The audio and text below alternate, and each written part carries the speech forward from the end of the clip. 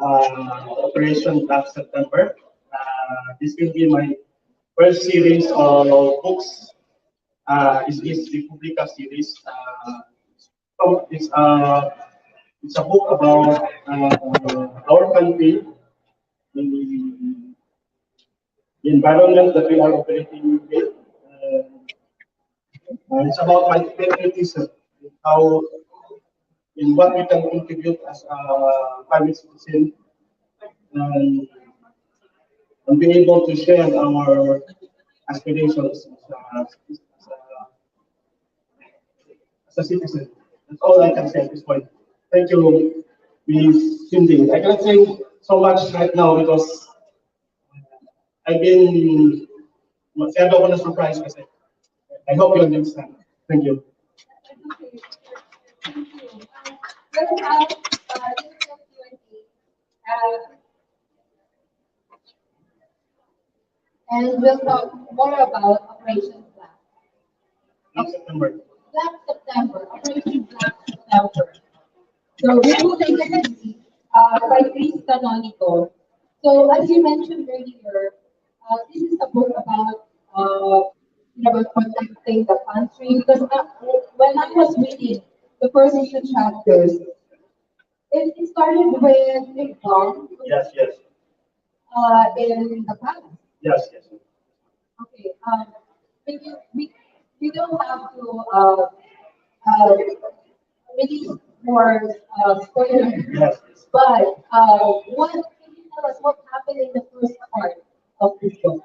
The first few chapters is about the attack on the center of our government and how the underworld, in conjunction with some politicians, especially traditional politicians, in subverting the country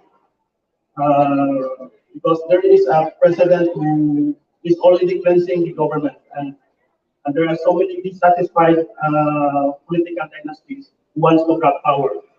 So they collude with other underworld characters in subverting this country and using any means in disrupting the society and changing the government. This is just a fiction, but I know there are elements in our society who wants to support this country. I think that's what I can say. Yes, sir, Chris. I believe there are different This is not about politics. This is about patriotism, pure and simple. I am not championing any political color. It's about patriotism as a Filipino. I think that's all I can say. So, Sir Chris, maybe we can also share with our audience the settings in this story. So, aside from the Philippines, what are the other countries mentioned in this book? Other countries. It's only the focus on the Philippines. There's no other countries, but there are also influencers from other countries. Transnational crimes, syndicates, and Islamist elements, mainly dark forces outside the country and within the country. So that's all I can say at this point. Okay. So when I was reading the blurb at the back, okay, it's located in a submarine Bangalore. Yes. Near a Union Shoal. That's So located in the West Philippine Sea. West Philippine Sea. Yes.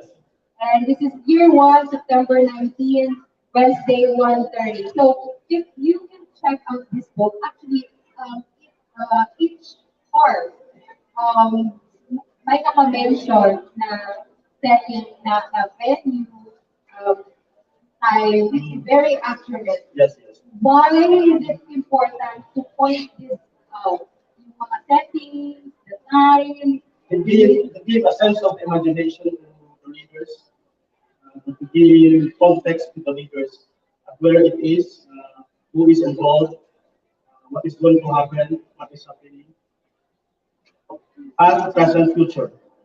So that's what I'm trying to stress right in this book. who is the protagonist?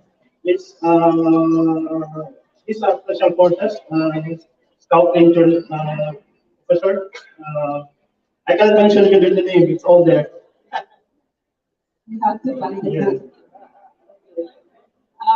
Okay, so it's someone who's working in the special forces. Yes, yes. Okay, so he'll try to protect The the country, country. yes. What's happening? Okay, so who is uh, could we mention sino yung kalaban niyo? He's a politician. He's a senator, very rich person. This is a fiction. He's a Taipan. Because in this country, we mention Taipan, who are billionaires, multi-billionaires, who have vast interest in various industries. He has connection also with the other. But like I said, this is a fiction. Don't take it seriously. It's just contextualized in the 15 setting. Okay, so Sir Chris, how was your process in writing this book? Because I believe you're in an entirely different industry from another Yes, yes. industry. So you're working I as cannot mention you the name of the company, but I'm involved in. I'm a management practitioner. yeah. So okay, so how did you? Why did you decide to write the book? I've been writing this for 2 years already, and I intend to write more because it has become my passion. I love to read books like accountancy. There are many others. I cannot mention you the name, but the author that really influenced me is Tom Clancy. Clancy. So can we safely say that you're the Tom Clancy of the Philippines? Not only the Philippines, hopefully in Asia. Malaysia. Yes. Thank you. Okay, so and then what was the process like? Because okay, I understand you're very passionate about writing, and then I'm sure you're very busy with work. Yes. How did you even manage your time in writing a 700-page book? I manage my time working the day and also at night, and also I start writing. I do a lot of research. So it's just time management. You focus on your work at the same time. As part of relaxation, you do read, you research, and then you write your ideas on a scratch of paper. And from there, you make your narrative. Okay. So how did living in Cebu or in Cebu influences? How did Cebu influence you in writing this book? Because well, I saw some of the settings in the book here. They're actually based in Cebu. Today, I'm at Suson. I studied from elementary to college, basically in Cebu City. So, so much talaga has been influenced by the Cebu community. But there are also influences like church, but eventually it's about Cebu. All right. So okay. So last but not the least, maybe could we have you read an excerpt from the book? Maybe the first setting. That's okay, so that we can. Uh,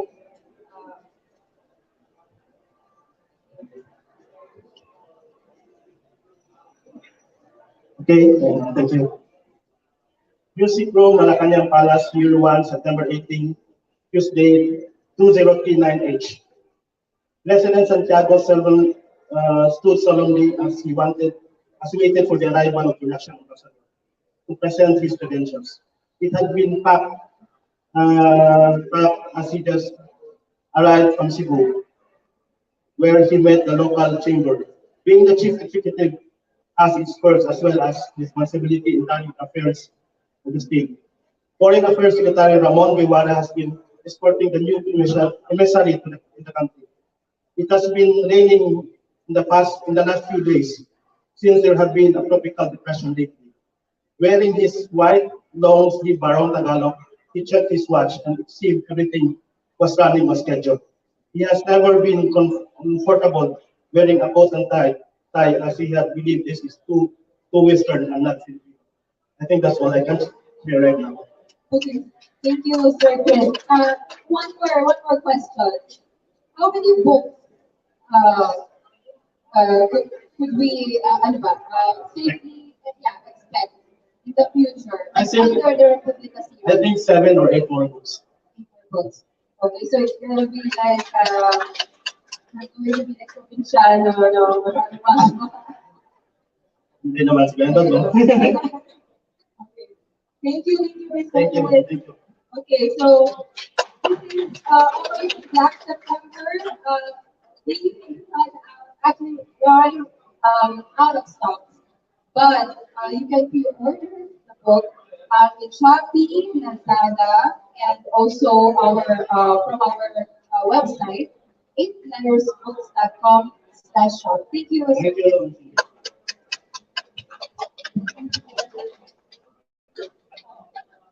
Okay, so the next book launch is going to be The Other Side of Faith by Orlando Carvajal. Okay, so we only have very few copies. We'll just prepare we'll just grab the copies so we can show it to the audience.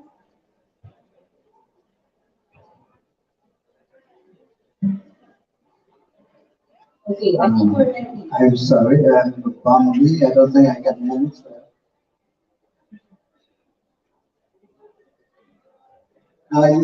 Can I talk from here?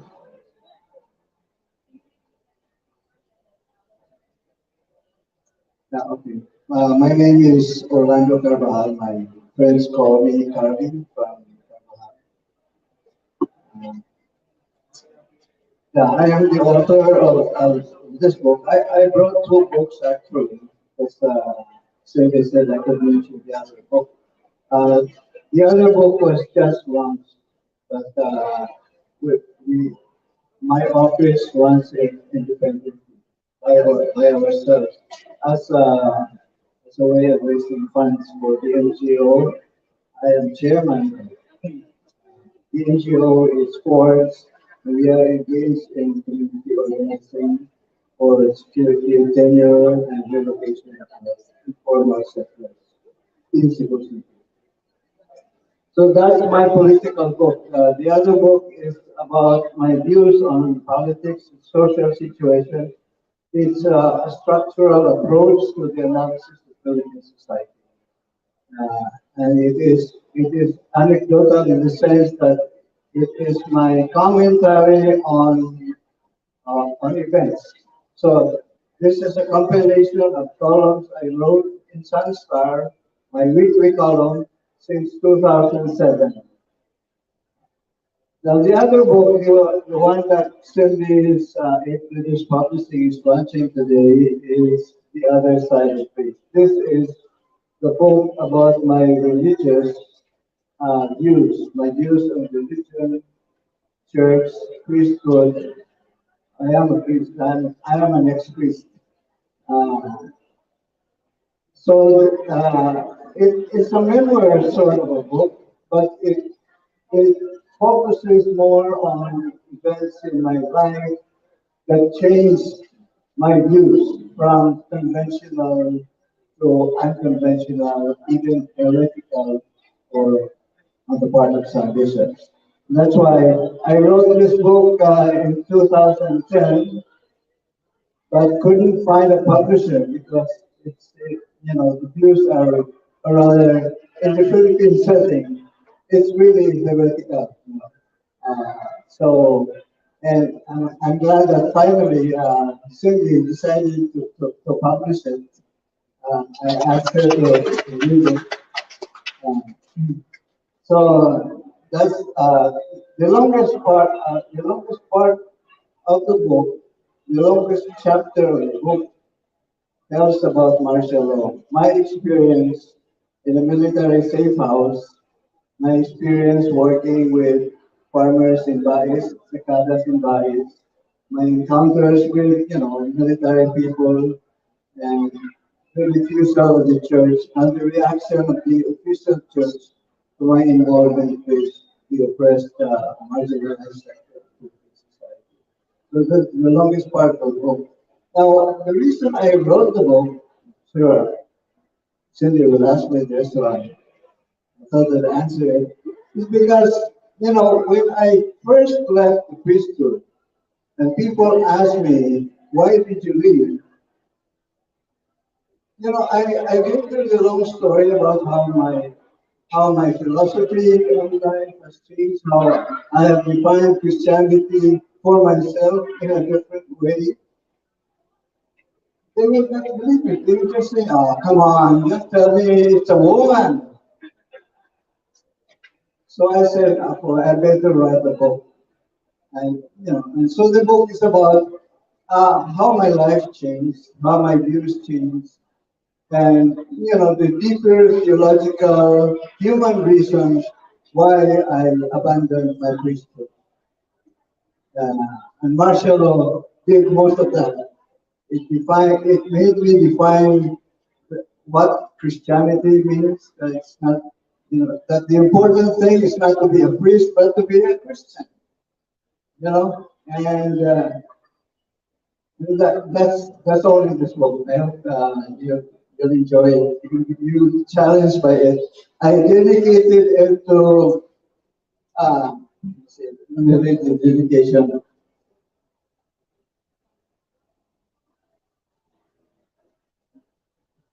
It's entitled The Other Side of Faith.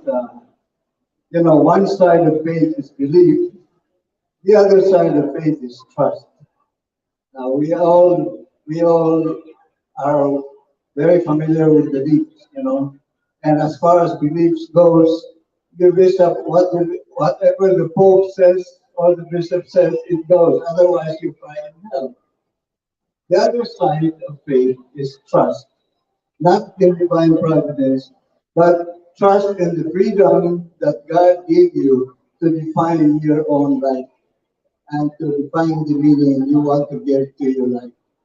That's the other side of faith. And so the book is dedicated to all who struggle to lead genuinely Christian lives outside of Orthodox Catholic beliefs and practices. This is not what I taught at St. Teresa's in Suson. I taught theology at St. Teresa's in 1782. Okay, so that's it.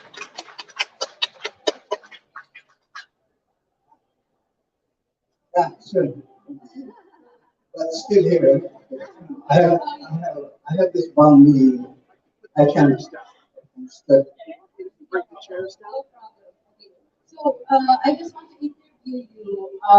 Just a few questions with regards to the other side of faith.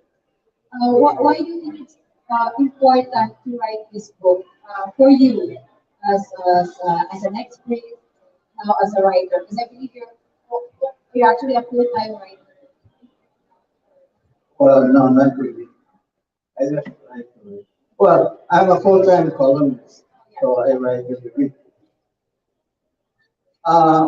This is important to me because I think I have to convince myself that I did something right. It's important.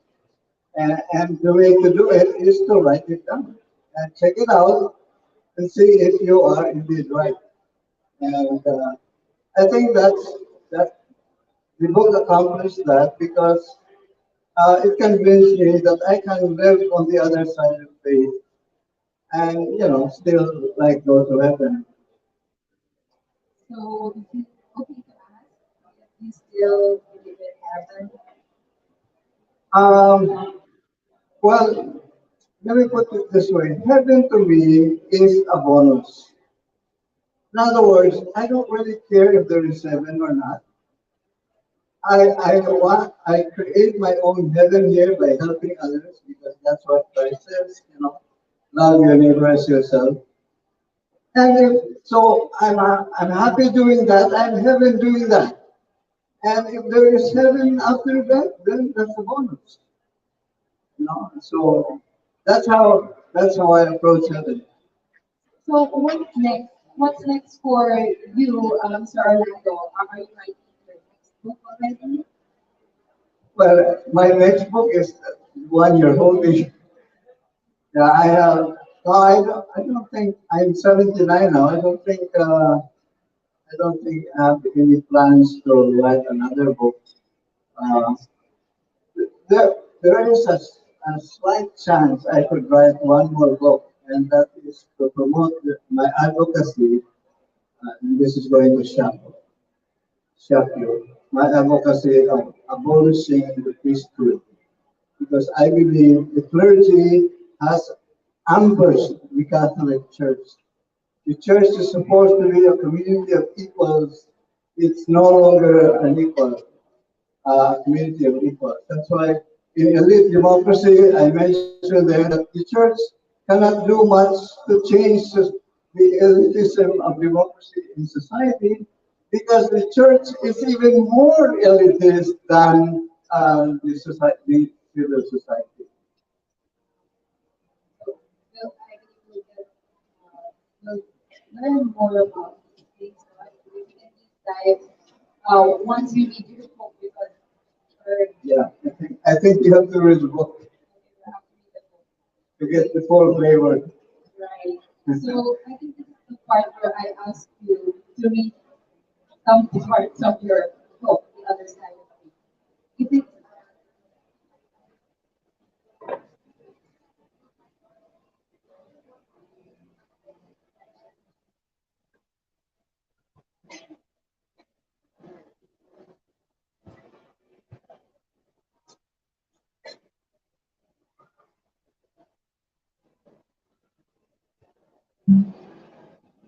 This is the introduction to my book. I mean, there's a few paragraphs there.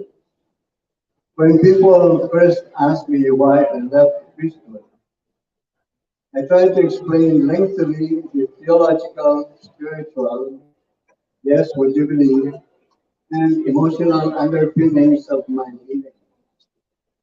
Entering and exiting ordained priesthood were two major decisions I made at largely different stages in my personal growth as a human being and Christian. I thought both decisions through it had a long story. The usual reaction, however, that my long story got from very traditionally religious churchgoers was a none too sympathetic, why don't you just admit it, you have a woman? The message was clear. Any claim of a deeper, more theological, fundamental motive was going to be jumped as a cover up to something churchgoers thought was dishonorable and base.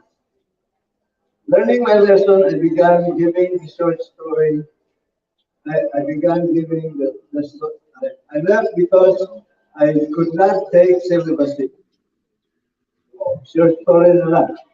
Just kept my face off with inquisitive, conveniently short. In a way, it was true because marriage was the immediate reason for my leaving. Still, the fact remains that more fundamental issues gave rise to questions of celibacy that eventually opened me towards a marriage-oriented relationship with a woman. I served 4 2-year terms as president of the Philippine Federation of Married Catholic Priests. However, for some 20 years after getting married, I never really joined or became active in the association.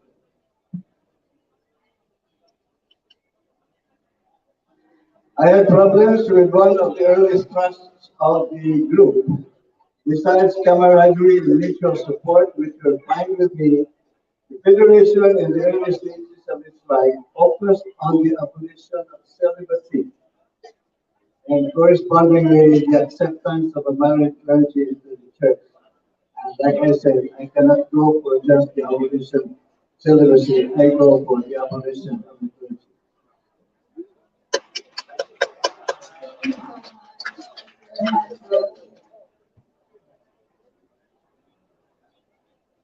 okay, so we'll have our next book launched in a few minutes. But may I remind you guys that you can grab some sandwiches, water, cookies, and eat at the back. Okay, so, okay.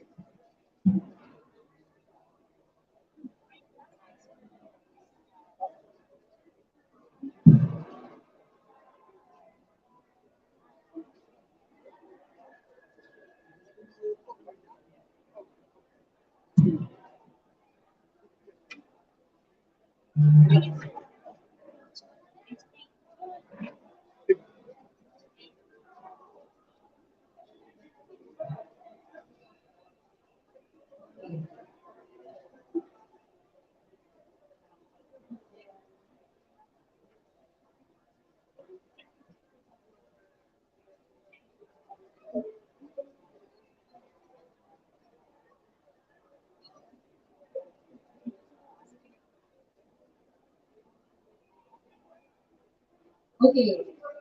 So yeah, please go ahead and replenish. Uh, just get some water, sandwiches. Okay, and we'll start. The book launch with Miss Mitos. We'll have a Q&A. We'll talk about quarantine wisdom and absurdities.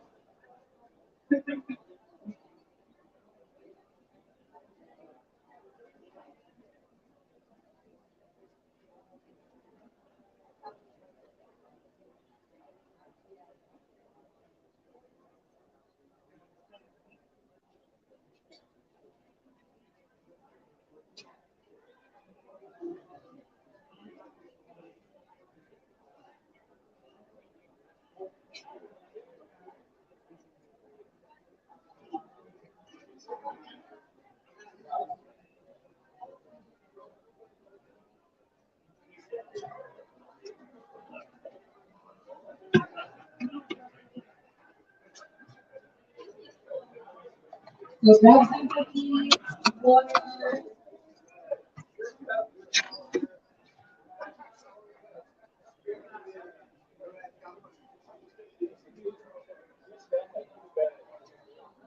And once again, welcome to Indie Con.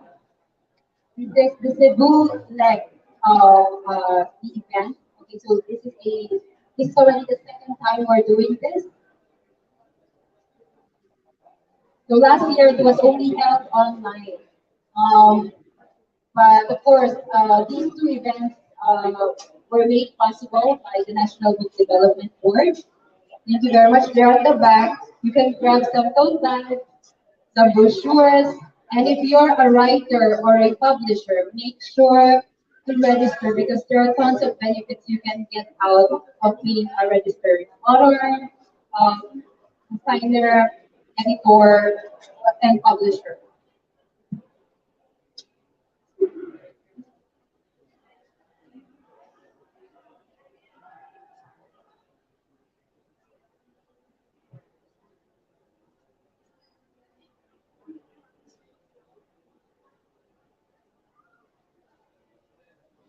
And yes, we also have some food.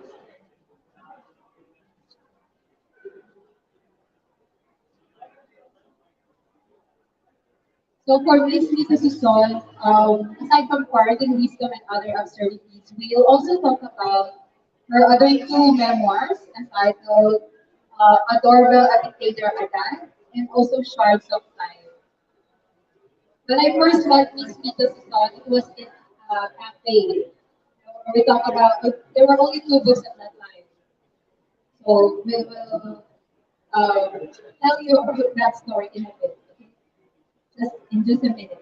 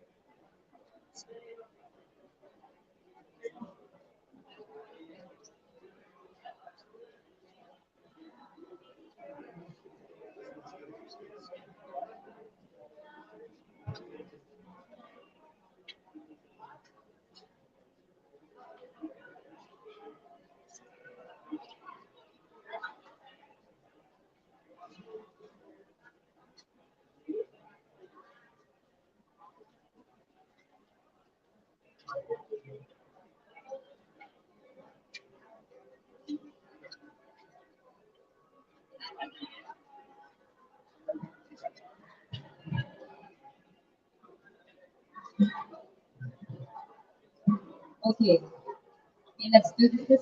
Okay. Okay. So every guy is ready. So may I just remind you to occupy the seats in front. It will be a lot better. The view is better in front. All right. So we have Miss Mitos Suson. As I mentioned earlier, she wrote all these three books, all memoirs, Miss Mitos, right? Yes, non-fiction. Non-fiction. Okay. So maybe before we go into quarantine wisdom and other absurdities, could we talk about Shards of Time and Adorable, a Dictator and a Dad? Because I remember when we met in that cafe, the first time we met, you mentioned to me a very interesting fact about your process in writing these two books. Yeah. So the first one that you published, uh, uh, Adorable, a Dictator and a Dad. So you mentioned it's written by another person about your life. We did it together, but it was edited. Sometimes the editor, she did her best to represent my voice, but she's never been to the Philippines, so she didn't really know anything of the Philippines until she met me. So I felt like I had to, thanks to her, to rewrite it again, but in my own voice. I know she meant well and did her best. A lot of people actually complimented her book that it was not, because she said there's a certain kind of English that is still, even if I'm writing in English, but there's a certain kind of English that's acceptable literally. She did a very good job with that, but I felt I had to. And then with that, the process without barbell, I was so scared, I was so guarded because I did drop names because they're the actually sell. Like I have a friend who's like a mentor, and he really told me like I I had it was a writing group and it was my assignment, and I brought it, and then he let me go. He said, this you have a story there. You need to write it. Unfortunately, this friend died because I wrote this 10 years later, but he was already pitching it like Sony, and he had also a story in himself. He was involved in the Zodiac killer in the U.S. But and then he was called by Sony. He was already like so excited about my story that he was pitching it to Sony and even interviewing my dad. So he was very excited about it. But he said, you have to drop the names, and I was so scared to drop it because they're the ones that sell, but I still don't really promote it, but unfortunately, after the election, I had to stay like it wiped me out like from all over the world. Everybody was buying the doorbell, and I tried to try to promote this, not the doorbell, but I think people were scared that the history would be rewritten and we would lose this book. So they would buy the conjugal dictatorship, and then they would buy my book. So I was writing at the crest of, and then I was scared like, oh my God, the author of conjugal dictatorship, he was murdered. And so his sons, all my family told me like, are you sure you want to be there? You better come home. Yeah, so that was like also one of the things that I was scared about when I started this cafe in Mactan. And I was thinking, okay, we'll have your book there. Should I really promote this book? Because what if someone burns my bookstore, my cafe? So I was like, yeah, I had that thought. But anyway, we launched the Shards of Time in the cafe. But sorry, going back to the first book, um, can we talk a little bit more of the Amazon marketing that you did? Because you also mentioned earlier, oh, the reason why you used this title was because you want to make use of like the alphabetical marketing. That's right. Yeah, yeah. They say that when you read the book, when you choose your title, either it's A or Z. Because if it's in the library, it's index, and they always take the first book or the last, and then barely go through the middle. So that was one trick.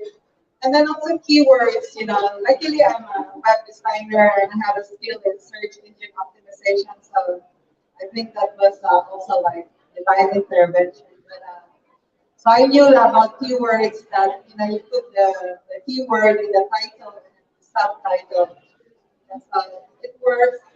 And so it ranked it actually ranked #1 in Amazon, the Philippine history, and I was also really shocked when it happened. But the sales really went through the roof after the election, and I didn't do anything. Normally, I know how to do the keywords and how to change the categories. I know how to tweak things because I was pretty good with even with websites alone. I made websites, impossible websites to the top 10. And I myself, I think I have the gift because I'm surprised when I make it. And I don't promise them, but I'm surprised when we make it to the #1. And the same thing with my book is, I know to tweak a little bit, but I'm always surprised myself. I'm not sure I'm #1, it's really a surprise. But again, after the election, it just my sales went through the roof. I was shocked, but I was grateful without doing anything. Without doing anything. So I think it tells a lot about being an indie writer in the Philippines because it means you have to do a lot of efforts on your own. Yeah. So I could see that you're a very versatile person. You can write, you know how to make use of SEO, Yeah. you know how to design website, you know how to tweak your Amazon keywords. Um, why do you think it's so important, as an indie writer? Because, well, okay, from the publisher's point of view, once a writer writes or publishes a book, once a writer writes a book, in the traditional sense, it will be the publisher who will take care of everything.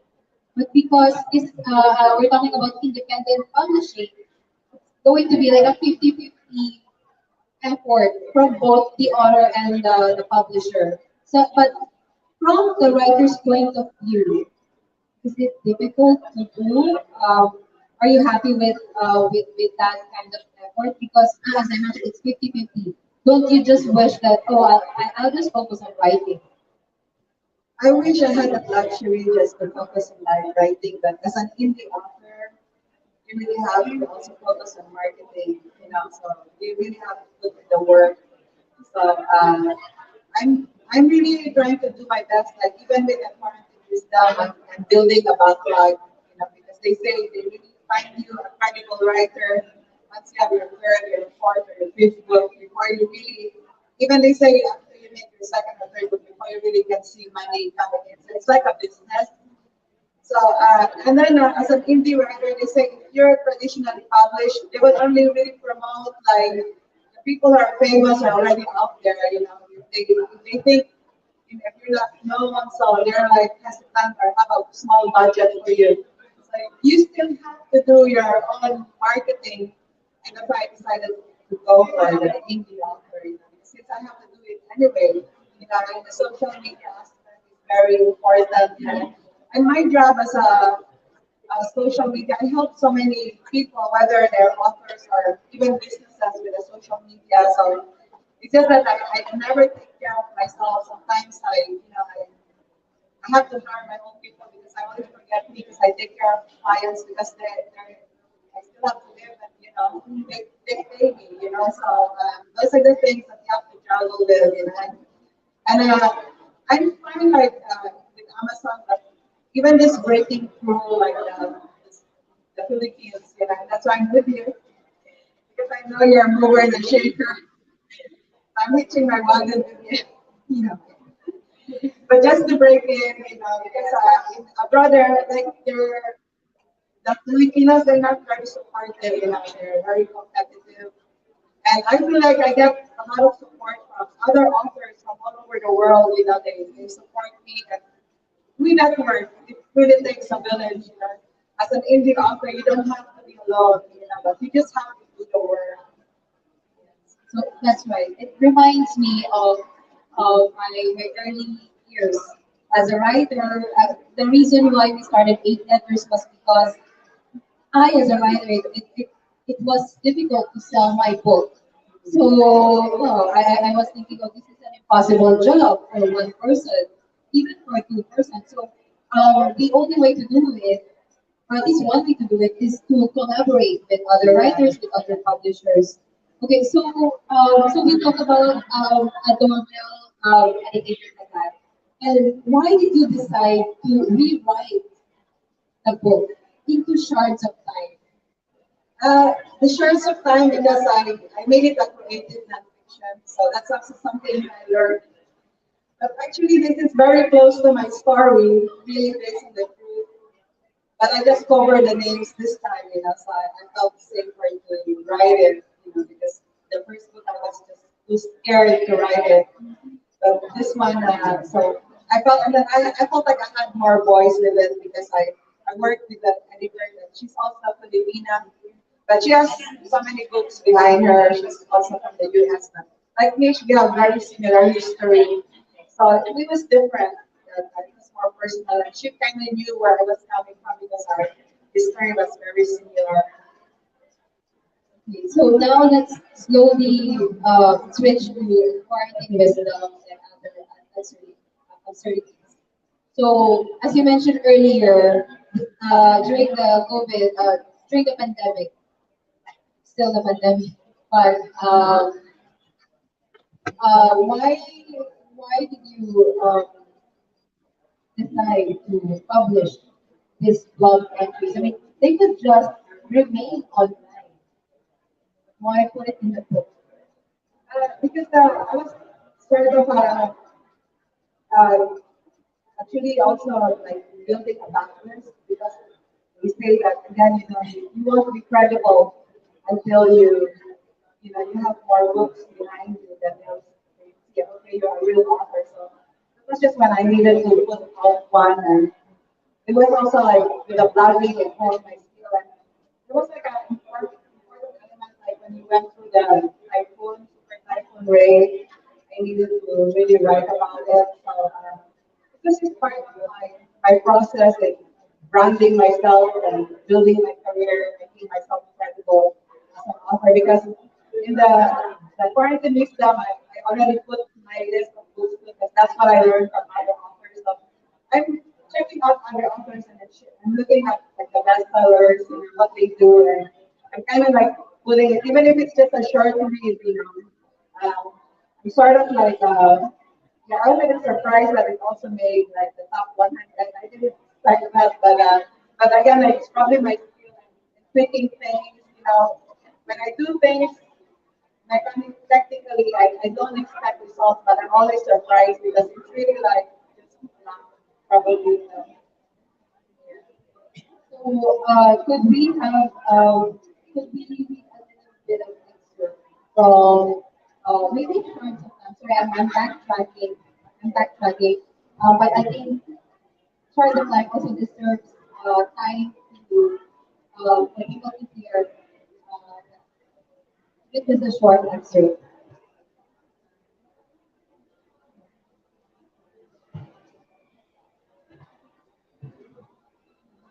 Okay, this is about the part when my dad was arrested that night.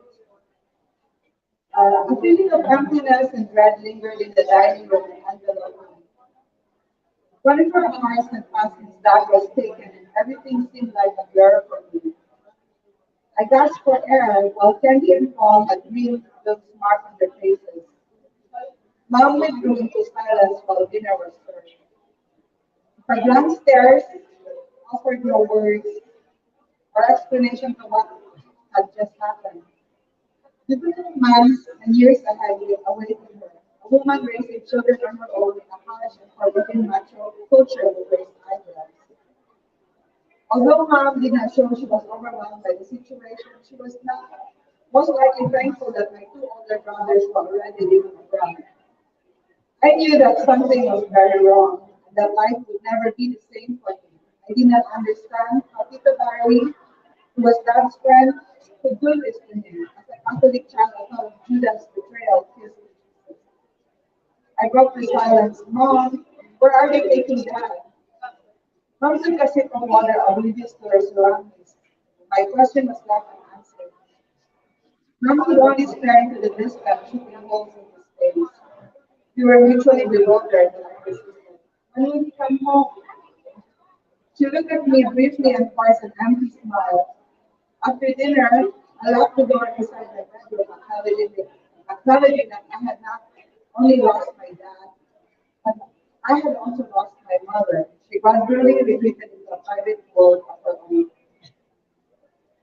Various newspapers were scattered on my bed, perusing the pages, the headlines of local and national papers there. Conspirators of the assassination of President Marcos arrested.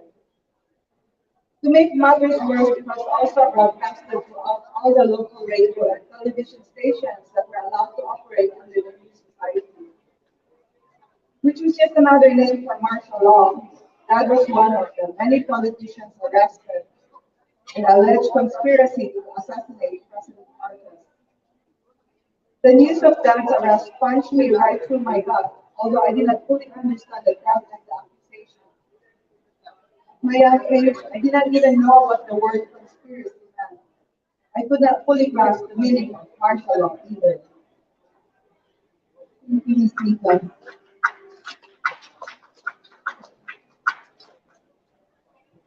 So I can only imagine how it was like having to endure all that while you're young. So, okay, I asked this to other authors, but I think it's also good for people to know.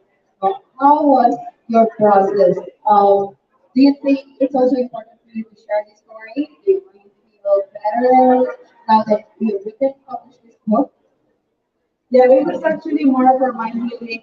I felt like I needed to purge the demons out of myself because I did something I buried. I buried my family buried. We didn't even talk about it. So primary it was really for my healing. I felt like I needed to write this book. And then I can really write what I want to write. But this was like take care of this person, take care of my baggage, clean myself up, do a purging, a cleansing. And then I can breathe and then I can write more positive, happy things. Yes, because you also mentioned earlier that you took up, you have a bachelor's degree in history, yes, right? So, why history in the first place? Because that doesn't have something to do with what happened to you, or you're just interested in history. I was just interested in history. I actually went to De La Salle College in Manila and took Asian studies. And it was really very interesting for me. I always, my family, they supported me to do business, accounting, commerce. But I could not just connect with the numbers. And I finally said, I just went, whatever course you can give me, they offered like, okay, how about Asian studies? And I was so amazed, with the Chinese history, Japanese history. I felt so connected. And then I was like 3 years in Assam and I went back to Cebu.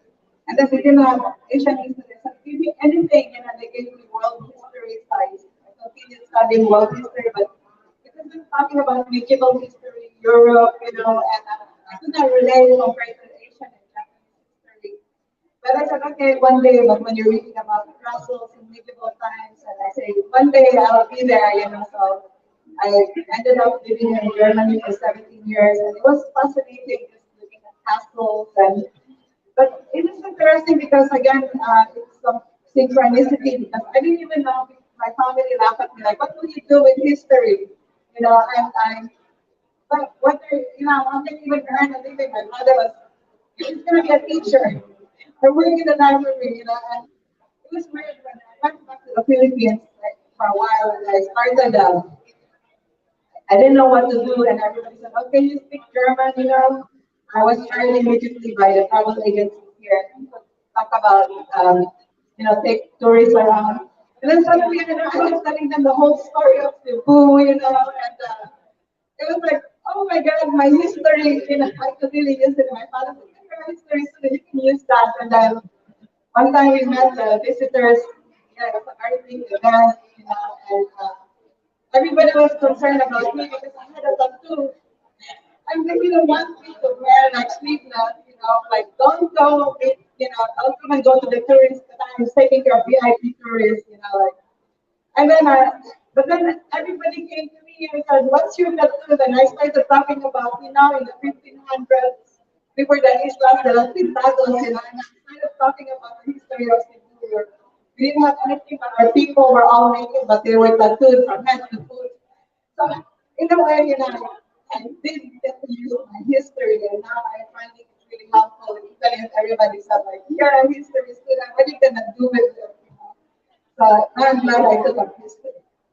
Yes, and also your own book about history. Yeah, it's really helpful. Yes, and memoir is actually your personal history. Yeah. So it's all give and take. Yeah. So perhaps, how about we read an excerpt once again from Quarantine Wisdom? Quarantine Islam. Yeah, let me get it.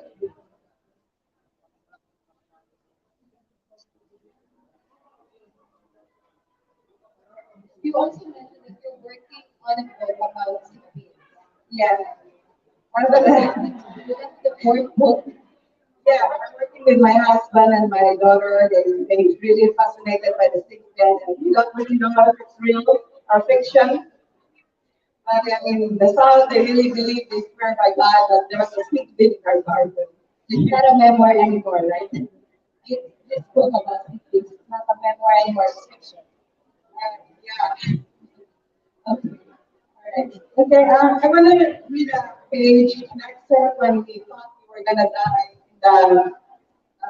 the Typhoon Ray, because we live quite close to the water, and we really thought that our house was very strong, and we were gonna be fine, and everybody even wanted to come and stay to get shelter in the house, but in the end we were stuck up in the laundry room, the smallest room, and we thought we were gonna die because the roof was already blowing, and we thought it would crumble, on us.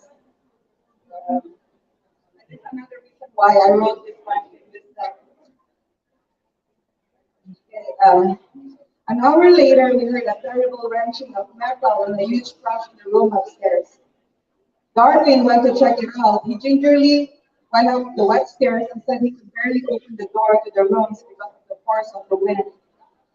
Our roof just blew away, he yelled, coming down the stairs.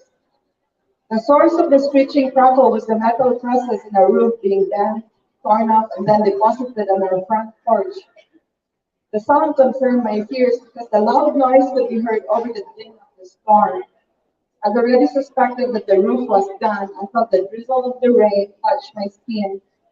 I wasn't sure if it was the rain or the sea spraying on us a good taste of salt. A shrill sound of continuously whistled around us as we moved to hide in the 1 by 2 meter laundry room with our dogs. I was clutching my husband's hands. He was restless and had one foot inside the room and the other foot hanging outside the living room.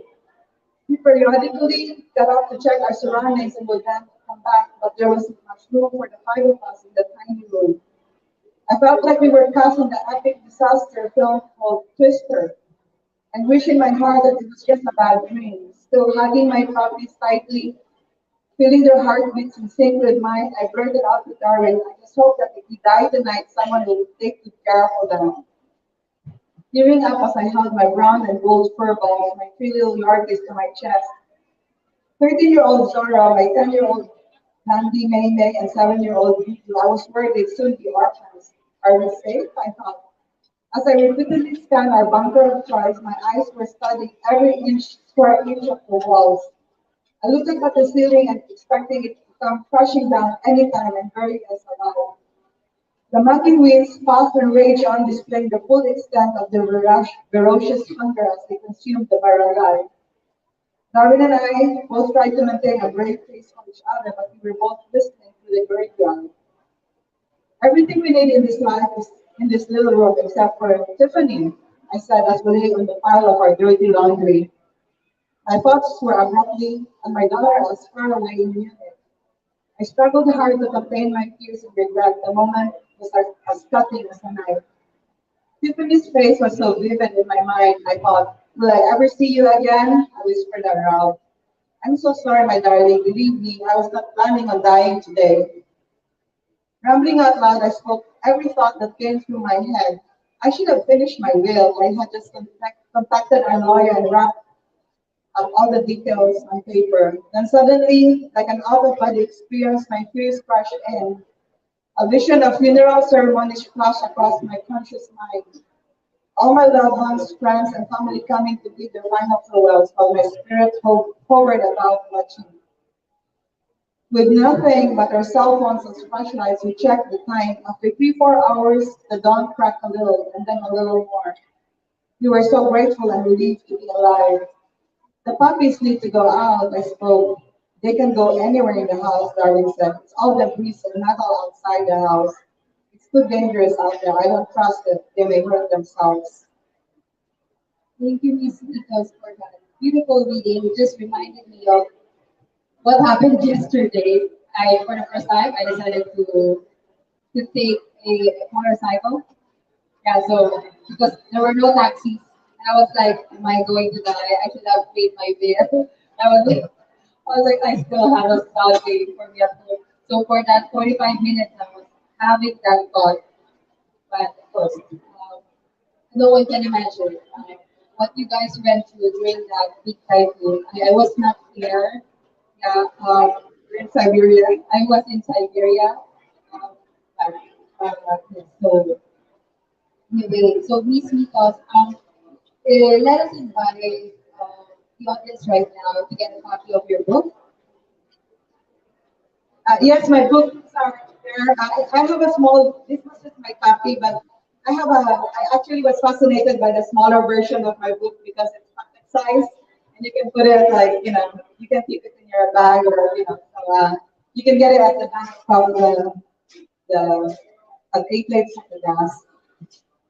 Thank you, Miss Mito. So yeah, so these are the three books that by Miss Mitos. They are all available at the back. So feel free to get your copies. Okay. So thank you, Miss Mitos. And up next we'll have at 2 p.m. Thank you, thank you, Miss Mitos. So in just 40 minutes we'll have the next talk. The Cebuano Millennial Writer featuring Daniel Inting, James Salud, Jay Romeo, and Alisa Caballero. And after that, we'll have Miss Ayo Gutierrez, Think Your Legacy. We'll talk about the whys and hows of writing your book. So while we're waiting, and it's time to, this will be the chance to go to the toilet, grab something to eat, to lunch, to drink.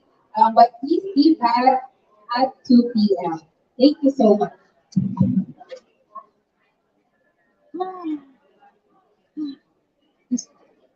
Tama, di ba? And